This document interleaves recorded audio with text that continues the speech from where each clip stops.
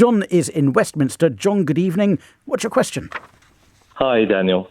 I've been employed for over 3 years at a firm and had my annual review and bonus in late February, early March.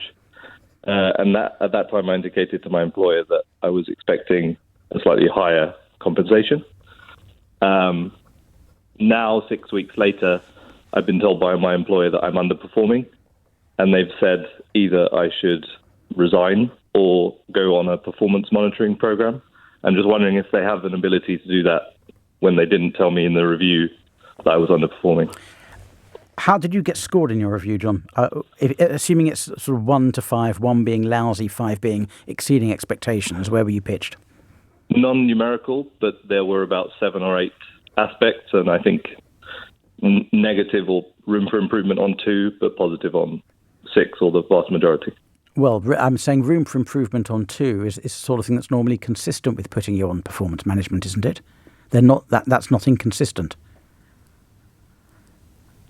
Well, performance management being, I guess, a formal way to set unattainable goals and push me out of the business. Unattainable goals is a different thing. I'll come back to that. But let's deal with the question you actually asked, which was whether they can put you on performance management after putting you through a performance review. If the performance review said a couple of areas aren't meeting expectations, isn't performance management the natural next step?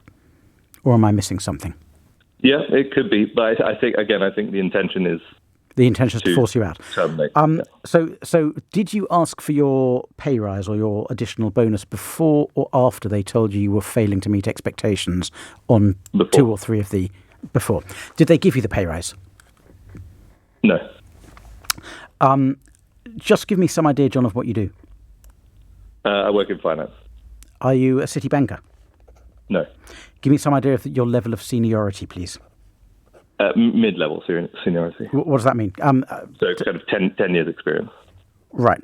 Again, I'm trying to get an idea of what you do, and I understand you want to be a little reticent, and I understand why that is. Can you give me some idea of your salary so I can get some idea of your seniority? What would I say? Kind of higher rates, but not the highest rate of tax. Okay. So higher rate taxpayer, but not above 150k. Okay, fine. So have they set you targets that you think are unattainable? No, that hasn't been discussed. So what's your question for me? Well, I guess you've answered it, actually. So my question was, the performance review, in my opinion, didn't say underperforming. And now the suggestion is you should resign or go on a performance management. Yeah. Well, of course, in the city, in financial jobs, it's cutthroat, it's ruthless.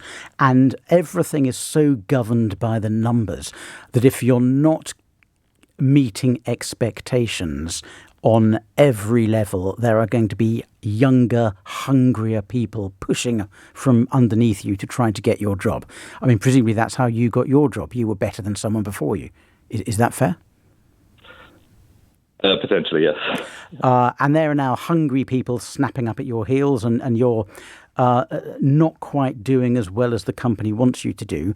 Now, saying to you, we're either going to put you on performance management or you can resign is a very, very common situation in the city. I'll come to whether it's lawful or not in just a second, because the resignation would undoubtedly be with some sort of settlement package and a lump sum payment to you if you agree to go quietly.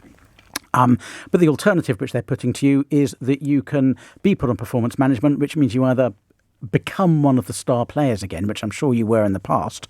You either become one of the star players again, or over a period of 6 to 12 months, you're going to be managed out of the company.